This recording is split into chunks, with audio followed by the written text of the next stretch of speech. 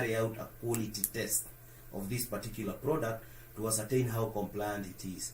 So really, from the basics, the trade of an organization will really matter on what exactly competence are you onboarding in this particular organization. All right. And the craft at the bottom carries that CEO in terms of vision. They reflect on risk, that you should have a right quality controller who is competent so as to not to expose the organization against this risk. You have a machine technician who should always carry out routine maintenance and repairs to avoid breakdown and incur on customer inconveniences, losses in terms of man hours, production, etc., etc. Yes. All right. Yes. Just hold it right there. Let's Okay. take the business. We'll be back in a few. Thank you.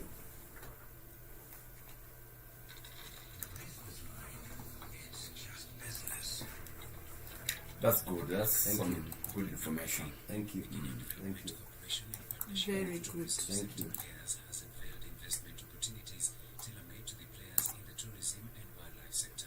KDC has committed to providing development finance, infrastructure finance, business support, and advisory services to medium Okay, adjust the volume ya hiyo microphone, hiyo mic yake hapo hivyo. Should it be too loud? sector. Speaking during the Not really. I would like to see the sound. Why the echo then? Macharo outlined the corporation's strategic packages that will facilitate It seems like this is not a conversation we can have In one day. Yeah. It's not enough. It's not. It's long. It's very long. And unfortunately, we have seen industries collapse because of productivity. Yeah. Yes. Look at Naivas's, Tuskys, Yeah. Chumis. It was purely the issue of, yes, you talk about governance, but if you had a people who will be vocal Yeah. and demonstrate that indeed we are about to sink, then what are we saying? 1.47 trillion shillings. You know, Yes. it cannot be a one-day session. I see. I see. It's a No. whole It's a topic to big handle. conversation. Yes. Yes. 2022 as KCB We'll see how to wrap it up because now we'll be having very few minutes. It's okay. We'll see how to wrap it up, then maybe we can pick up this conversation some other time. Yeah, sure, Yeah. sure. We'll assume we've just broken the Yeah. news outside here. Yes. Then we'll be glad to come back. Yeah, And sure. now break it down because I know if you look at it now from a P&L perspective.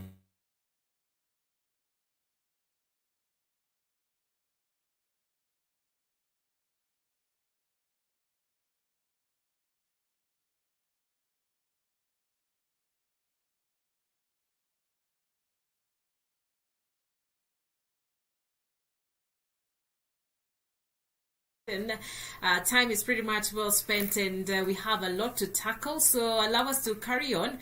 You were on a point, Simon. If we can carry on. Yes. From the point of hiring, Yes. hiring of these skills, Yes. you know. Yes. So what I was trying to bring out is if you look at an organization, its own activities, be it mid, short, or long term, the biggest carrier, irrespective of how many business opportunities stands along our way, strategic direction that we are going to undertake, and how much businesses we need to onboard at any given time is typically dependent on the quality of the workforce that you have in an organization. Right. The quality of the workforce is not actually limited to the fact that yes, they came in green, but then the conversation will be from the recruitment point. Did you get it? Did you at least, not even a matter of getting it right, All right. Yeah. did you at least get it right?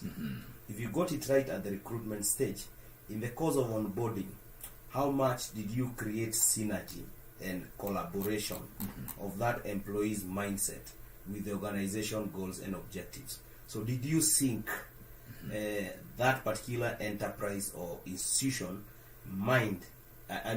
trade or craft in the mindset of this particular? So, Mr. Simon, you're talking of orientation and having the new employer now carry the vision. Yes, All right. from day one. That's a day one rule.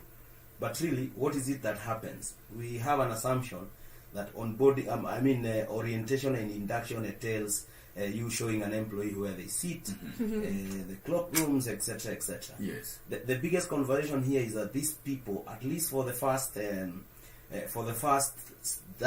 to 60 days, and the labor laws is very clear. The probation period is about 90 days. Right. So people will be wondering, why do we have a 90 period to really get to ascertain how much Simon can do in an organization? What you would realize is that there is a lot of incubation that takes place during these particular 90 days. All right. But towards now, the tail end of the 90 days, 2 weeks too, you're in a position now to evaluate and tell what is Simon in a position to at least deliver what we hired him to do.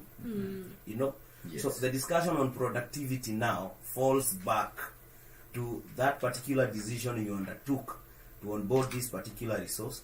That onboarding session through trainings and creation of awareness and walking them through the company history, the formation, the cycles that this business has undergone, and what is the intended goal and objective, and what exact space should they occupy if we should one day celebrate as an organization.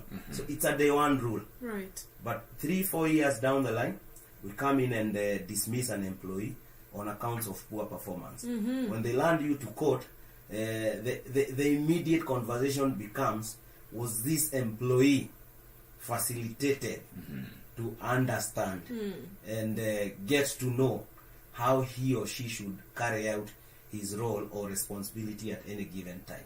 Was he at least brought up to that level? So indeed, if you really assumed that you have hired an expert, Yeah. you will bring in an expert, but the culture is different in sure. that particular organization. They are used to an open culture, way of speaking your mind, expressing yourself. But here you have to come in and follow a certain hierarchy when it comes now to you dispensing your own duties, making decisions, etc., etc. So really, how you compound that particular process between 0 to 90 days is a determinant of how you win in terms of values, win against litigations, and actually now propel the brand as a reputable institution for anybody to come and work with. Customers' confidence will come in, and of course, these people being the ambassador of your own institution or organization, they'll keep talking about it everywhere and anytime they interact with people. And you will imagine now, if you are to carry out a survey, how much that would mean. So really, when you see brands outside here being spoken about and people going vocal, they will always have a story to tell as to how the conversation happens in there, as to how the culture is, as to how leadership is all about, as to how opportunities for growth are actually created, as to how respect is actually shown to these particular employees, as to how they are encouraged to keep on being creative and innovative and change the world of work within that particular environment. And that honors of proof is on the HR. Right. The HR hires the line managers. The line manager supervises these new recruits. So indeed, there should be a unification of communication and focus between the HR and these line managers on how best to bring about value from this particular employee.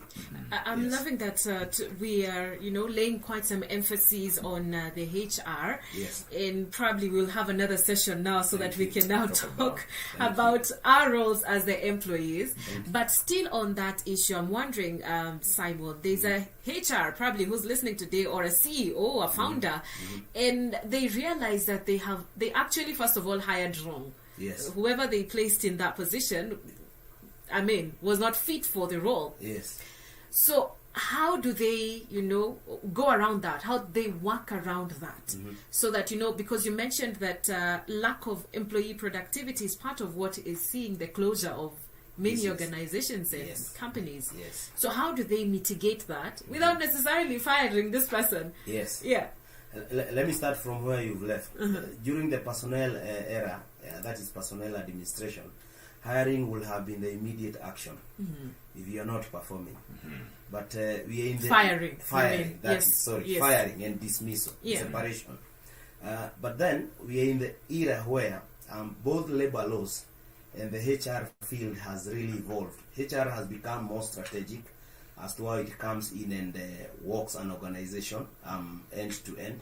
And equally now, when you look at now the labor laws, they actually make it very tedious and almost impossible to separate with an employee, more so on accounts of firing. Okay. So really, what is it that is left for us? We really have to come back to the drawing board and customize to train, focusing specifically on each and every employee's areas of weaknesses. So when hiring, we tailor-make them. They are tailor-made to suit Yes, what they are being hired for. yes. All right. But then we miss the point when we generalize a training or an empowerment process. In that, other than focusing on myself as a HR, you're now focusing on me as an engineer. Typically because this organization is within telecommunication industry, All right. and the majority are engineers. Right. So how much time will it take to convert me? I will never be converted. Right. But assuming you got me within my areas of weakness in HR, maybe I'm weak in trainings, I'm weak in analyzing data to give insights for decision making. I'm also very weak in terms of relationship management. So you really have to customize on what exactly am I suffering from that is making the organization breathe. But of course, you ask also a pertinent issue. What again is the responsibility of the employee?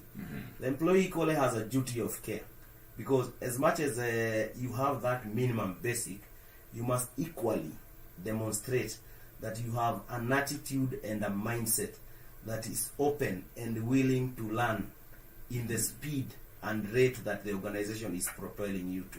So you cannot just sit pretty and solid, stuck where you are, locking your mind, not opening up yourself to opportunities, either within that particular level you are in, or even in terms of growth upward. So it's a two-way traffic. All right. If you're not trainable, if you have your attitude and mindset wrong, then obviously there will have to be a separation point.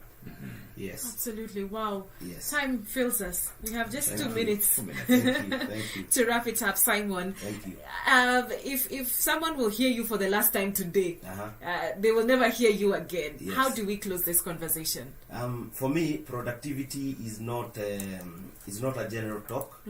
It's actually a quantitative talk, and it's actually at that particular point when we come in to draw the value of the investment we've made. When you look at the people, and equally now the organization having being in place to come in and attack and provides a service or a solution or a product within a certain industry. But then we need to appreciate that productivity will always be realized when we really define the value add at the onboarding stage, and we marry between that business on the industry they are in and what skills and competencies are required, more so focusing on personality, the attitude and their mindset. All right. That's I think that's how we can close that conversation. All right. For Yes. now, For now. we put a pause on For it now, yes. because this really has to continue. For sure. Thank you. Thank you so much for coming, Simon. Thank you you. for the Thank you. insights. We appreciate you, and thank you so much for everyone that was joining us this morning on this conversation.